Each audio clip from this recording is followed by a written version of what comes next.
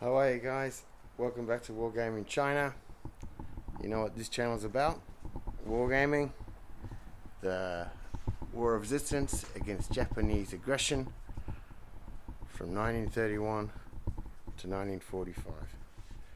And what we're looking at here is the town of Nankou. Now, my last game, the attack on Nankou Station showed how the Japanese had to capture that station in order to bring up tanks along the railway line. So even though that action took place on the 10th, and the Japanese had managed to almost take the whole of Nankou, Luo Fangui and the men of the 529th Infantry Regiment counterattacked during the night and were firmly in control of the town again by the morning.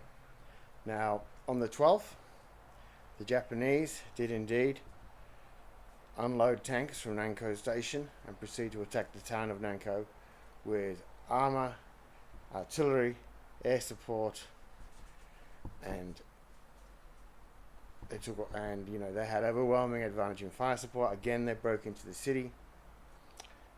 And again, come night, Luo Fangui led his men in counterattack and drove the Japanese forces out of the town once more.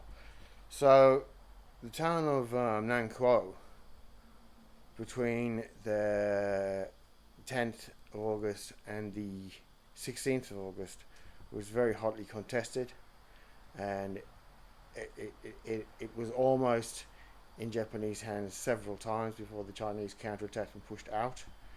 And these counterattacks were always night counterattacks, where the Chinese could take advantage. When the playing field, where the battlefield rules, well, when things were a bit more on the even for the Chinese, with such overwhelming firepower, Luo Fangui, the commander of the 529th, realized that night attacks were his best chance of securing and controlling and keeping control of the town of Nankou. So for 6 days, the town was severely fought over, bombarded, and as I said earlier in an earlier video, at night the Japanese were mainly withdrawing to Laga. So any forces that were left behind in Nankou overnight, each night, were on their own. Now, on the 12th, the Japanese had managed to break into the town with armour, and come nightfall, the Japanese crews were ordered to find a good place to park and not move their vehicles during the night, because the roads and the streets were too hazardous for vehicles to try and maneuver through at night. So it was at night that the Chinese counterattacked. Now, what Luo Fangui did was he deployed his anti-tank guns and used them to hunt down, pushing them with their crews, pushing them through the rubble and the ruins, and stalked the Japanese tanks, knocking them out one by one. Now, this game is going to be a night game, a night battle. As you can see, it's not a very big table, 3.5 feet by 3.5 feet. I've played it so the Japanese have entered the town. They have armor here, and the Chinese are about to launch a counterattack. Now, I've got 2 battalions of Chinese on, and there'll be 1 Japanese infantry battalion plus an engineer company.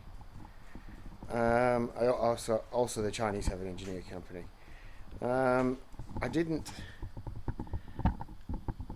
I could have played this battle a number of ways. I could have had the approach and manned the walls, but I've done games like that before, and I've been watching a number of interviews with survivors of the battle, And it's very, very clear that it was at night in close hand-to-hand combat that that the Chinese succeeded in their counterattacks and driving the Japanese out. During the day, it was all the Japanese way, but at night, with grenades, bayonets, swords, the Chinese successfully drove the Japanese out in Nankou every night for 5 nights in a row, until on the 16th the Japanese would occupy the town. As I'm talking about this, we have to remember that the fighting along the 89th sector is ferocious. The mountains on either side of Nankou have exchanged hands just nearly as many times as the town itself.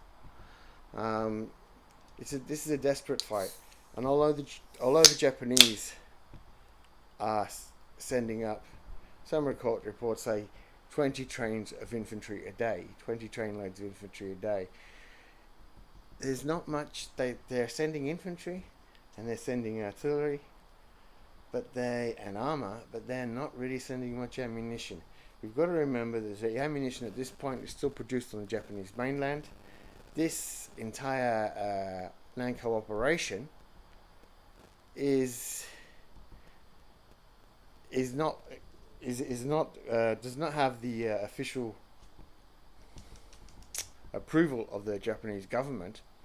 So the Japanese are pushing on with very little, except their men. So when men are arriving, the troops are arriving with full pouches of ammunition, but there's no wagon loads of small arms following them. There are many Japanese records of no ammunition. So it's a desperate fight. There would definitely have been room for much hand-to-hand combat because of both sides are low on ammunition. And it's these night fights that I wanted to remember, because they're going on all along the mountain range. And remember, this Nankou is the last obstacle before you're into the actual mouth of the Juyongguan Pass. And then the fighting's going to be even harder for the Chinese, because it's going to be on a much narrower front. And even though that sounds very good to have a narrow front to fight on, not when you're outnumbered so heavily by the enemy's artillery. Having your forces in such a small area does not help when you are facing overwhelming artillery fire. So this game will be, I think it'll be an 8-turn game, but I'm not going to push this game for how long it goes, because night combat's a bit tricky. Any history I've missed, I'll put in the epilogue, and I've got no production schedule or standards.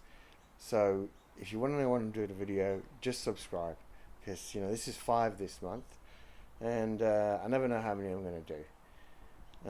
So okay, that's all from me. Just go to another pan around the table, and I'll do a battle report and epilogue with all the history that I forgot when I finish this game. But it's late in the afternoon now and it's getting hot, so I don't actually know when I'll start playing this game. Alright, that's all for now. Cheers, bye.